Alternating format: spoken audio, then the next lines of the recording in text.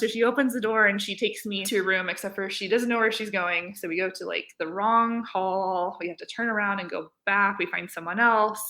This other person, starts to get me on the right route. She's like, do you want a wheelchair? And I was like, if anyone tries to put me in a wheelchair, I will kick it out of the way. Like, no, there will be no wheelchair. Today's episode on the birth experience with Labor Nurse Mama is one that I am so excited to share with you guys. This is a recording from a live stream that we did on Facebook. We are trying to do some birth stories over on Facebook as much as possible. It's a new thing for us, so we thought let's share it to the podcast. Listen in as Liz shares baby number 2's birth story. It is pretty incredible. I am so proud of her. She is a student in Calm Labor, Confident Birth.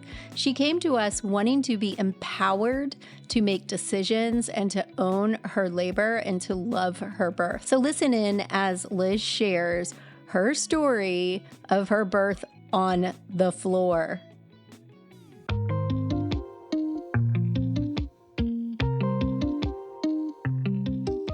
I am so excited for your story. Like, literally, when you shared your story, I had tears flowing and goosebumps, and I'm just like, you go, girl. So I figured what we'll do is go back, tell a little history, like what number pregnancy, and just how you ended up finding us, and just tell your story. Yeah, I'd love to, Trish. Thanks for having me on. I'm really excited too. I've been smiling all day just thinking about it. So this was my second pregnancy. Let me start a little bit. So I live in the Cleveland, Ohio area with my husband and a dog and my son who's 21 months. So with this being my second pregnancy, there were some things I was just looking for. And a lot of it came from when I delivered my son. And with that delivery, I mean, really everything went well. Like I couldn't complain. Like it was smooth. He and I were both healthy, no complications. Everything went, if you look at it smoothly, but afterwards my recovery was a little bit rough. And looking at it, I thought, I wonder if this has to do not so much with having an epidural, but the position I delivered in and things like that. And so when I did have him, yes, I delivered on my back. I had pubic symphysis pain my whole pregnancy. And so going in, I had seen a physical therapist and like try not to deliver on your back, side lying would be best. And so when I got into the hospital bed and I got my epidural and I was feeling good, they were like, well, my husband was like, Liz, don't you want to lay on your side? And I was like, oh no, I'm in this position on my back. It's fine. That's where they want me. Like, whatever. So I delivered him on my back. And then afterwards, some of the, problems with recovery were like, yes, I tore, but that was the least of the problems. But I had really bad tailbone pain for probably 6 months after I delivered him. And I think that was just the position I was in. And no one thought to like raise me up a little bit or get me in just a slightly different position so that I didn't have that pain. My legs were so swollen afterwards for like a week, and it hurt to just like sit and nurse him and things like that. And so those are the reasons that I was kind of looking for something else. And I just wanted to be in control of my labor and delivery, at least as much as you can be, and kind of be educated so that I, knew things to look for, knew what to avoid. And, of course, if things needed and I had to get a C-section or something like that, I knew when it was, right to say yes and when I should say no. And that's what I wanted. So that's a little bit about me and my background and where we are. So, yeah.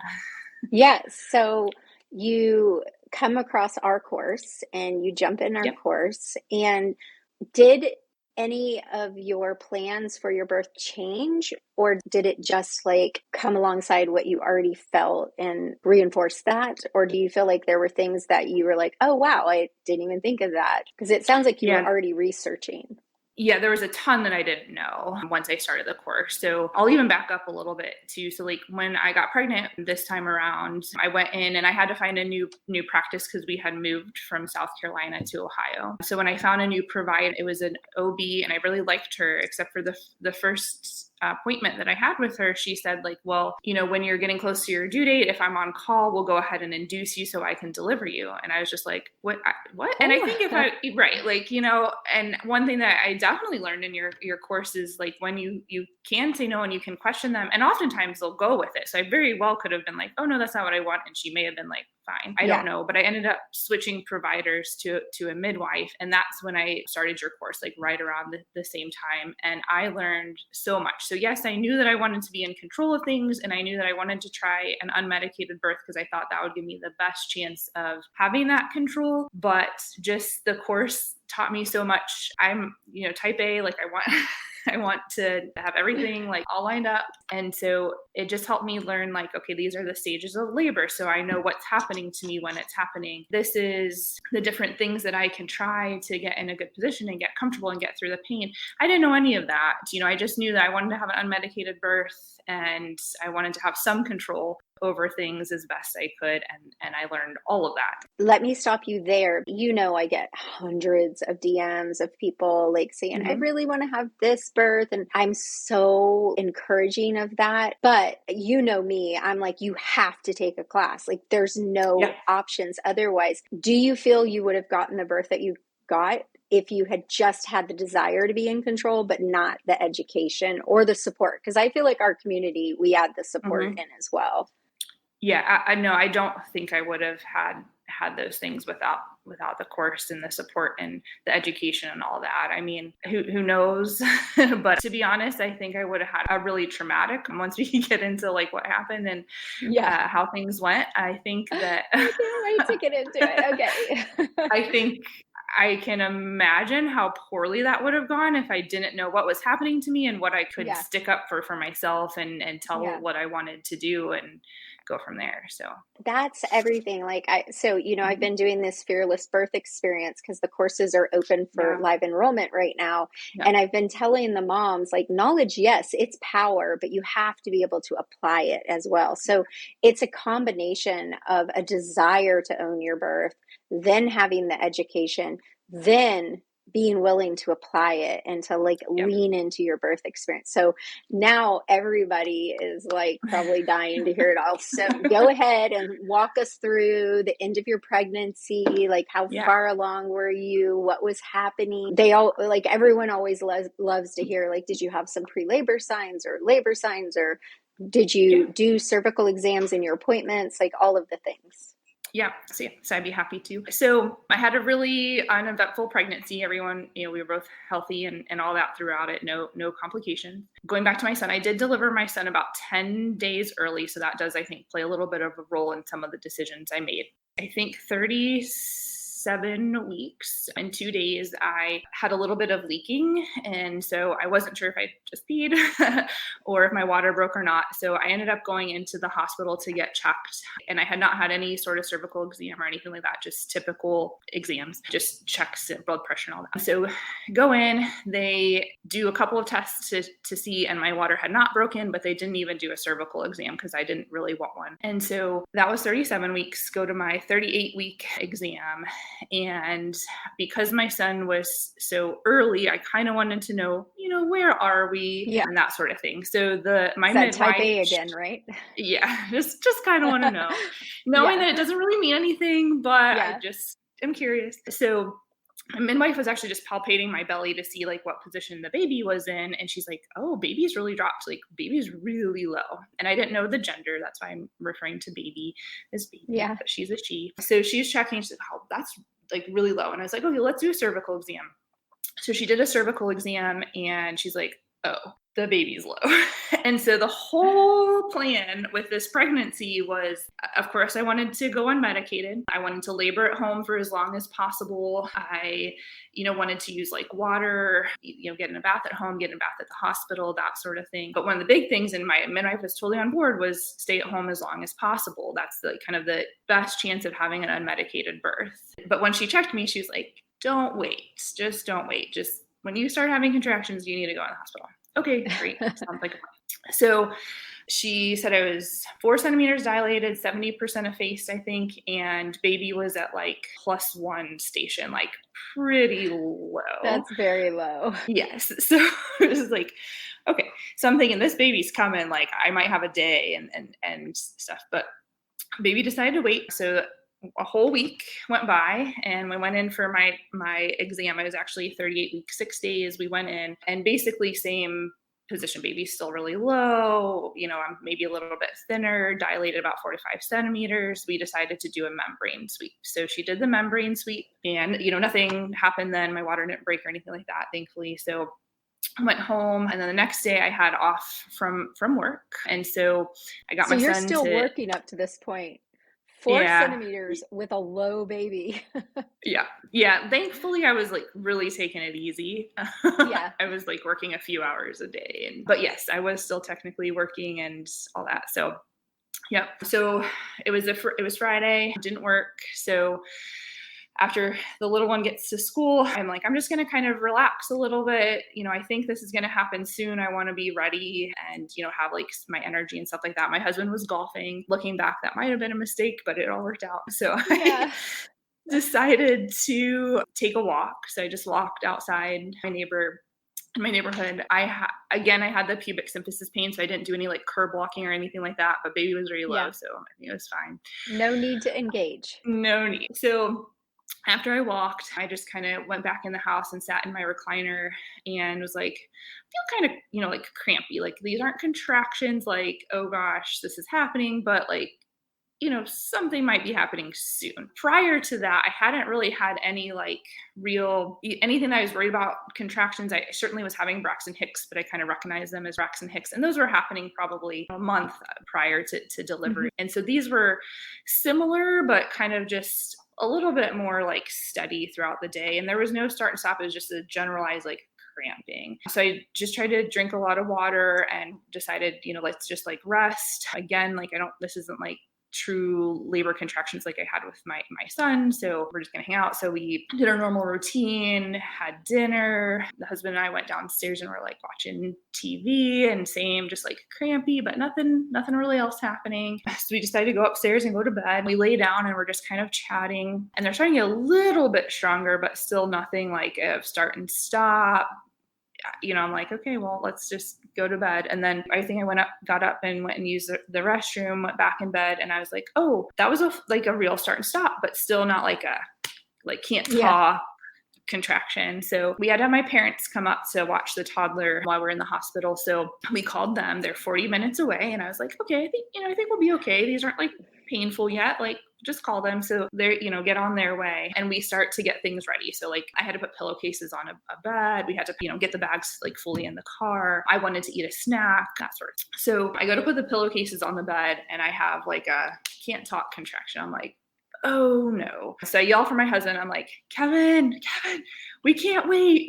We can't wait for my parents. So luckily we had a neighbor on call that was available. So we called her and she like ran over to the house right away. I remember when she got here, I was like leaning against the wall, like having a contraction and they were coming like every 3 minutes. And I mean, this all happened within 10 minutes. So they went from not much to all hell breaking loose. Yeah. Yes. Yep. And right. Like within 10 Second minutes, babies, I have man.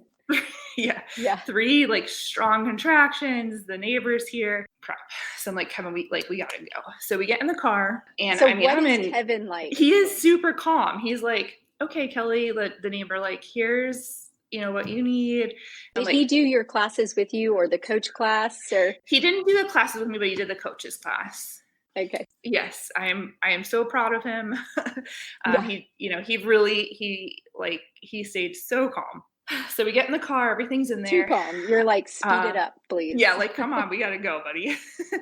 And I remember like buckling up and him like starting to back out. And I'm thinking, we really should have put something under me in case my water breaks, but too late, let's go. Too late. And I was also thinking, man, we should really have a bucket in here because with my son, when I started to go into transition and active, like right before I had to push, I vomited. And so I was a little bit worried about that, but I was like, well, too late, we're gone. Yeah. No turning back. No turning back. Let's go. So he's driving. You can tell he's a little bit nervous, but he's doing really well to stay calm and keep me calm because I mean, I think at this point I'm in transition and that's something from your course that was really important to me is like, I knew the stages of labor and like what was happening to my body. And I was like kind of starting to lose my mind. So I was like, this Yeah. is not good. I want to interrupt you for a second. One thing I love, and what I tell you guys, is that this is the rule of thumb, but this is how it presents, and you have to listen to your gut. So I love that Yeah. you, even though you've been told like the rule is when it's this, your gut said this is go time and we need to activate. You Yeah. weren't waiting for the rule, you were listening to your body. And I Yeah. love that. That's important, Yeah. especially with baby number 2. Yeah, definitely. I mean, it was like, I just knew. I absolutely Yeah. knew. So now you're in the So car, no we're in the bucket, car, no pads. no bucket, nothing under me. It's Yeah. you know it's going to be a disaster, right? So I'm holding on to like the thing and like having these contractions, and they are so painful. And I'm just trying to like breathe and like grunt through them.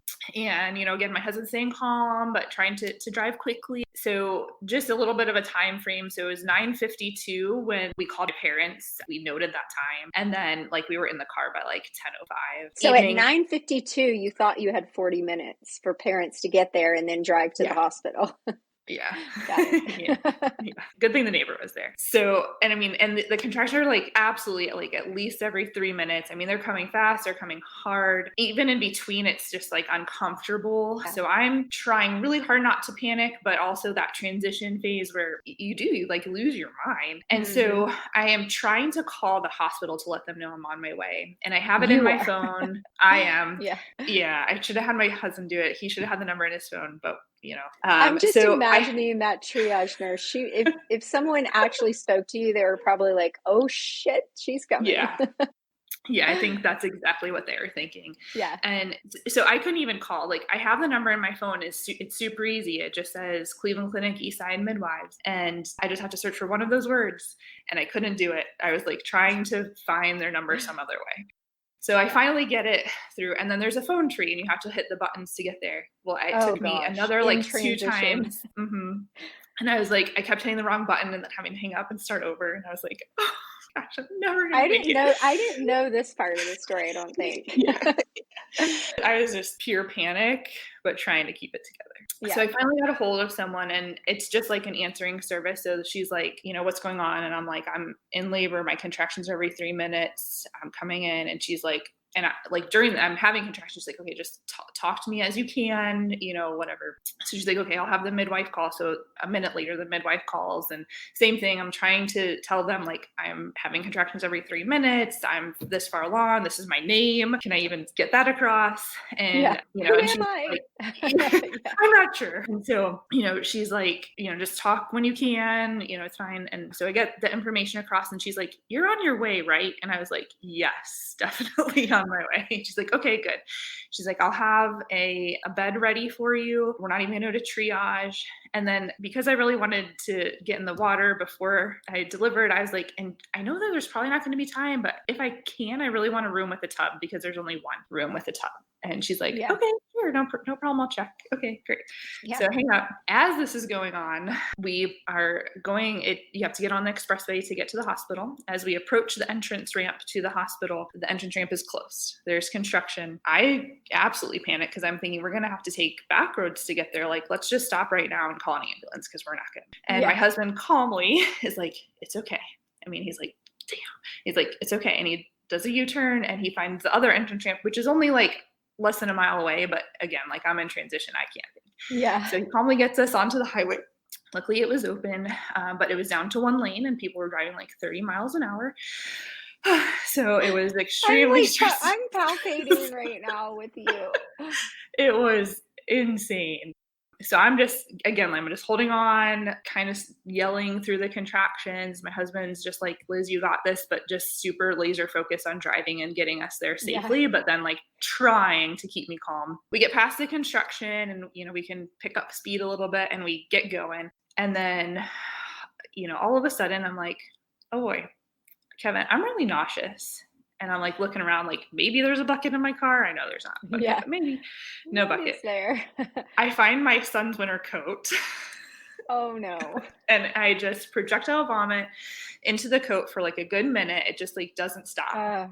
For those of you who are listening, vomiting during labor is the best pushing during labor. Yeah.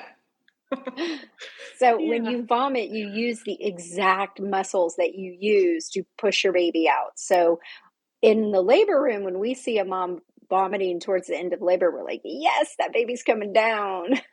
In the car, not so good. Guess what? I have a free birth workshop helping expectant mamas get as educated as possible about the labor experience and push like a freaking champ instead of freaking out. Whether you're having your first child or the last of many, every expectant mama wants the same thing: a quick, easy as possible, complication-free labor. It's the whole pushing part that trips us up. Will I know when to begin? Is my pelvis too small? What about all that pain? Well, mama, as an experienced labor and delivery nurse with 15 plus years of experience, I can say one thing for sure. Fear and anxiety causes labor to slow down. Nobody wants that. I'm going to show you how to avoid that in my free workshop, How to Push Like a Boss, and love your labor experience. We're going to cover everything from pushing faster and more effectively to when to start, the best positions, and how to open your pelvis, even if you have an epidural. Plus, everyone who attends gets a sweet little gift from us just for coming and hanging out. So if you want to learn proven ways to shorten your pushing time significantly, then check out the link in my show notes and join us for this free live class next week. We'll see you there.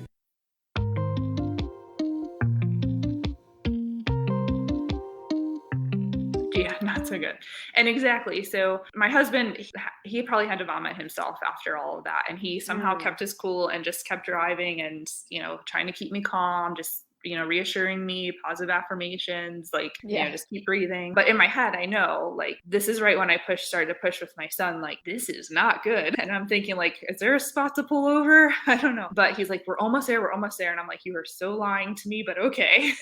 Yeah. Somehow we make it. And he's, as we pull off the exit, he's like literally waving cars out of the way. I'm like, Kevin, I don't think they can see you, but sure. Okay. Luckily the hospital is right off the exit. So we pull in. He drops me off at the entrance to the hospital. And since I thought my water had broken a couple weeks ago, I kind of knew exactly where to go. But I walk in the building and you're supposed to it's the emergency entrance and you're supposed to turn left to get to labor and delivery. And so I turn left and there's a closed door in my way that wasn't there the last time. And I was like, oh no. Luckily, I think there must have been a security guard there or something because the door just opened quickly, thankfully. And so I start walking, and mind you, I'm covered in vomit. I mean, just covered in vomit. And this very nice gentleman walks up behind me. He's like, oh, did your water break? And I was like, I'm not sure, but I'm in labor. And he's like, okay, it's right. You just go this way. Apparently his wife had just had a baby. So he knew exactly where to go. So he just kind of calmly walked me through hospital, up the elevator to labor and delivery. And he's like, well, I think you should go first. I was like, thanks. So I, check in, and the lady's taking down my information again. I'm like, I don't even know if I'm saying my name right. I'm not sure, but please just get me in there. And she's like, okay, we're gonna go to room. I have insurance. I don't know, but please let me in. So she opens the door and she takes me to a room, except for she doesn't know where she's going. So we go to the wrong hall. We have to turn around and go back. We find someone else. This other person, starts to get me on the right route. She's like, do you want a wheelchair? And I was like, if anyone tries to put me in a wheelchair, I will kick it out of the way. No, there will be no wheelchair. So she gets me to a room and they're chatting, on their speaker things with the midwife. And the midwife's like, oh, she wanted a room with a tub. And I was like, don't worry about the tub. There's no time for a tub. They get me in the room, and backing up a little bit, Trish, I had this 3-ring binder with all my birth plan. Yeah. Like you say, it's a birth map for sure. Yeah. I have everything in there, affirmations that I want to hang up in the room, different positions to try so that in case I forget something, it's all there. And I have this thing ready to go. My type A personality is right there. Yeah. That kind of stuff excites me. That's why I give you guys so much, because I love printouts of stuff. It was so helpful to have that. In the moment, it didn't matter, but I was glad I had it. And I think, it helped me just going through it, just extra reminders of things. Yeah. So I throw that on the couch. They're trying to get people in the room to help. And I just have your voice in my head, like about sitting on a toilet. So I was like, all right, Kevin, let's go to the bathroom. So I like sit on the toilet and like get undressed, and he's like helping me like take things off. And I'm like, oh, this is bad. Like this baby is coming. Like I might deliver this baby in the toilet. In the toilet. In the toilet. So that's not going to happen. So I stand up and I start, walking back into the room, and the nurses are like, well, how about you get in the bed? Do you want to get in the bed? And I was like, no, I'm not getting in the bed. And so I just kneel down next to the bed, and I was like, this is a position that feels right for me. I don't know why, but it just felt right. Yeah. And so thankfully I had a very supportive team, and they were like, okay, whatever position you feel comfortable in, like go for it. And I'm like, great. So I knelt down next to the bed, and I remember them saying, do you want something under your knees? And normally I'm like a people pleaser. So I'm like, oh no, I'm fine. But I was like, yes, just something, So they I remember them putting pillows or something under my knees, just like kind of resting my head on the bed, kneeling next to it. And they just kind of swarm around me. It's calm, but like there's a swarm of people. And so, one person is your midwife in the room? I think she was like almost there, but like not quite at that point, but soon. I mean, she was like right there. Yeah. So one person like did they have a provider in there with you just in case? I'm wondering. I'm guessing they probably had. I don't know. Yeah. I bet they had a hospitalist or someone, because I mean, you can tell.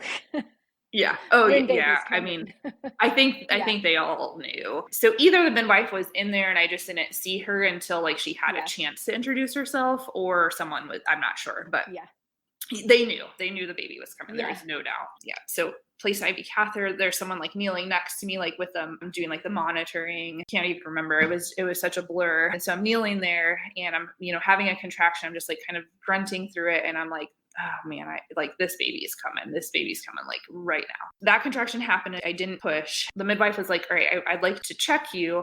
My timing's probably a little bit off, but I remember like kneeling there, and she's like, I want to check you, but I think you're about to have a contraction. I'm like, can you please wait until I have this contraction? She's like, no problem. So she waited. I was able to get through that contraction. She checked me, and she's like, so you're 10 centimeters dilated, but there's still a lip of cervix. And in my head, I'm like, oh no, because I've heard stories of people like where they're told like there's still a lip of cervix and you can't push yet. Like, and I was like, this is not good. Like I'm going to have to push. And so I was like, basically like crying, like, if I have to push, can I push? Like, I really think I need to push. And she's like, yes, you can push. It's a really soft lip of cervix. Like, don't worry. If you have to push, you just listen to your body and you push. And I was like, okay, great. So the next contraction, I'm like, I'm pushing. So and I game time. It is game time. And during this, once I'm at the hospital, so like I said, my whole plan was to go unmedicated. But once I got there, I was like, I can't do this. There's no way I can do this. I'm in so much pain. Transition. My mind is going crazy. Like, I can't do this. And, like, I know I can't get an epidural, but I like kind of mentioned it to my husband. He's like, there's no time. So I'm laying there contracting, and I'm like, how about nitrous oxide? Can someone give me nitrous oxide? And I think they just like looked at each other like, they're like, we can't even go get it in time.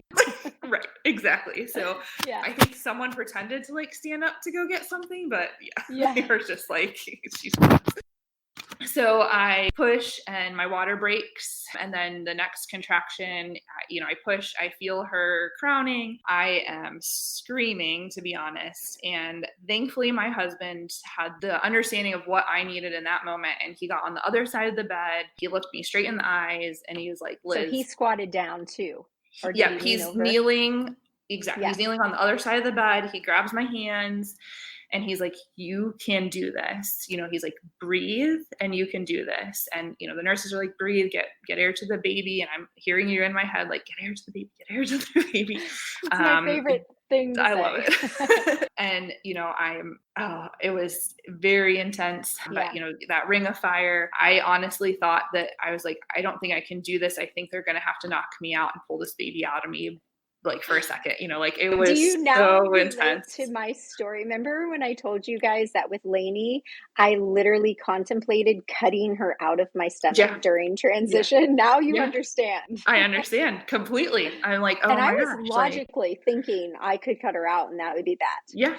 Yeah. I was thinking not that I would cut her out, but someone's gonna have to cut this baby out of me or to pull it. I don't but I'm gonna have to be unconscious for this because I can't do this. This is way too much. This is too much, but and for those of you who are still pregnant, that is usually indication that baby's coming now, so when you feel that like out of control, crazy, like maddening thought, that usually means the baby is coming very soon. So inside of our birth classes, we teach the coach and mom to recognize when she's having really crazy thoughts that he can redirect her, and or whoever's your coach or your partner can redirect you and remind you that baby's coming. This means baby's coming. You're almost done. And I think that's what got me through, knowing I am clearly in transition, even if it's hard to recognize. I'm kind of panicking. Yeah. I'm in transition and we're almost there. But again, I was like, I can't do this. But yeah, Kevin, he did great, got me through it. You know, she crowned. I tried to relax a little when that ring of fire happened, but I was like, so I just pushed kind of hard and be like, yep, there's her head. And then another push, there she is.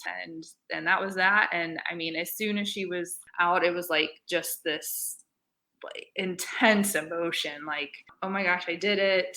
That was awesome. And so the midwife, she's like, can I pass the baby to you? So I'm kneeling there still. Yeah. She passes, yep, still there. She passes the baby between my legs, and they have it in a towel, I think, just so I don't drop her because she's, you know, slippery. They're very slippery. Yes, very slippery. Yeah. And I'm kneeling on the ground, not even, you know, again, not in the bed. So I'm kind of holding her in a towel, and, you know, when babies come out, they look kind of blue. And I was like, is she okay? And they're like, yeah, she's fine. Except we didn't know what the gender was. And so I'm holding her just with this like complete euphoria.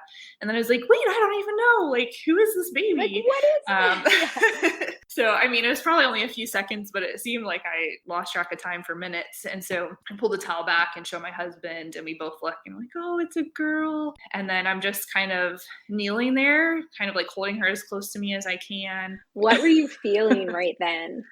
Oh man, just like, again, like that euphoria, like pure joy. I'm finally meeting my daughter. I did this. Did I do this? I did. Yeah. I did, you know, like that. Like, oh my God, I did it.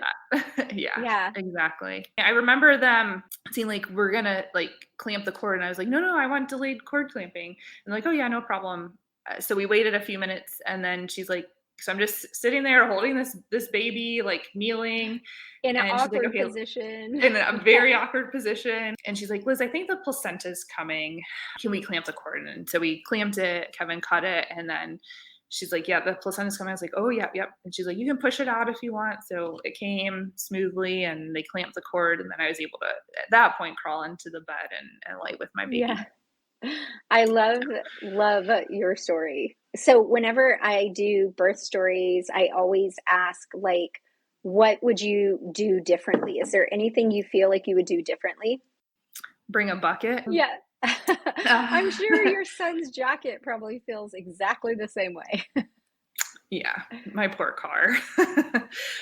No, but in reality, like I do actually know what I would do different. So the pictures that were taken were obviously by a nurse, and I'm pretty sure she just took my husband's. Though. They're great. I mean, this was no like photographer. This was just a nurse. I thought it was a photographer, honestly. No, I'm pretty sure she just took my husband's phone like once I delivered and started taking pictures. My one regret is that someone did ask me, like, do you want pictures while this is happening? And I said no, and I do regret that, which is, you know, like everything else went amazing. And yes, I would have liked to get to the hospital maybe a little bit sooner, but I don't know how to change that because to me, again, I think you got there at the right exact time. Right time. Yeah. Yeah. I mean, really perfect.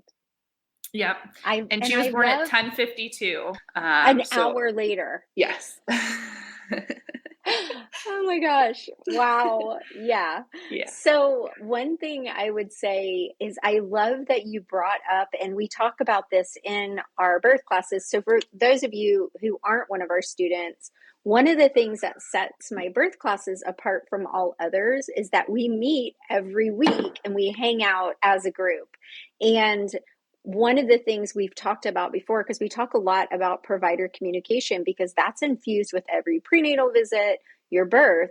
And a lot of women get really afraid that their providers are going to push back really hard. And some providers do. So I empower you guys on how to handle that as well. But like Liz pointed out, most of the time, it just takes a no. And that's that. It's done. So I definitely want to say to you guys that there's a couple things that I love about her story. One, they wanted to get her in the bed and she said no. And I tell my students all the time, like, they may tell you a lot of pushback when you're not at this point, and you're being, like if you're at a doctor's appointment, you're like, well, I don't want to get in the bed. Oh, well, you have to get in the bed. But when you're at this point, no one's going to manhandle you. So if someone is like, you need to get in the bed, you need to get on your back, you need to roll over, you need to put your feet in the stirrups, you just don't listen. You just keep doing your things, because I promise you, no one will manhandle you at all. So that is like something I feel is really important. They just let you do your thing and they adjusted to you. And that's what we do, because we're not going to like physically pick her up and put her in the bed, like she's about to have a baby. So I just want you guys to be encouraged that. So someone asked you which birth course you took. Yeah. So I did the Calm Labor Confident Birth course, but I did a lot of the other like smaller courses too. So like the purposeful positioning was probably key, just to know like different positions. Of course I only use one, but to know that, gravity really helps and things like that. And then the newborn class and the postpartum class and the coaches course, I took all of those. So we have two options. You can do the birth class, which does include the weekly hangouts and the community, the support community. And one thing we do offer is a chat, like a DM with me and my doula. So once you hit 37 weeks, you have that option of having like a private DM group chat with us. So we're available to you guys. Now, if it's 3 a.m. or you deliver within 50 minutes, might not benefit you so much, but in that case, you don't need, but we also have an all access pass that gets you everything we offer. So I love your story so much. And your pictures, like I can't even tell you how many times I've looked at your pictures. I wish I had pictures like this from my birth. I don't, I have some, but they're very like obstructed and not like just that, but like this picture of you with this smile, I try to explain to people this is right there. Seeing that is why I feel so blessed to be a part of birth. Yeah. Like I've gotten to see that thousands of times, and it's so amazing when you see that, and all of you guys will have that moment. No matter how your birth story unfolds, if you go in educated and empowered and you are in control, because you are, but if you use that power, you're going to leave your birth feeling like that. And I'm not saying you're going to have a perfect birth and everything's going to go perfectly, but when you make the decisions, you leave feeling empowered and not traumatized. And I think that, like you said before, like your birth wasn't horrible with your son, right. Right. Are we going to have another baby? That's the question. So that is the question. My husband and I had always kind of agreed on 2, but as soon as I had her and, got home, I was like, Kevin, I want another. And he's like, I kind of want another one too. Of course, right now we're 6 weeks in and we're like, oh gosh, this newborn thing is hard, but I want another one. So we'll see. I might have to camp. Yeah, I might have to camp out at the hospital, but we'll see. It sounds like you two have it down pat, so you'll be able to get there. I think. I will this time say, we'll be number more 2 prepared. babies are usually faster than any other. I don't know why, but number 2 babies are like lickety split. Yeah. Well, I'm super glad that you came on. I'm so glad that I asked you. I've been wanting to, and I was like, you know what? I'm just going to do it because I want I'm so glad you did. Yeah. And for those of you guys watching, also, we have the courses open for a special enrollment. If you get the all access pass, you're going to get a one-on-one birth planning consultation with me for free. So that's the bonus for that package. You can go to labornursemama.com and then click on courses, and you can find the information there. All right, you guys. I loved it. Thank you so much, Liz. I'll give you a link to the recording so you can have it. And tell your husband, way to go. We're super proud of him. I will. I hope you enjoyed this episode of The Birth Experience with Labor Nurse Mama. We love sharing birth stories. I hope you enjoyed Liz's as much as we enjoyed sharing it with you. I get chill bumps every time she shares it. If you want to hear more pregnancy, postpartum, birth, and birth stories, hit subscribe and let us know what you think by sharing a review. We love you guys. We'll see you next Friday, 7:30 a.m. Bye for now.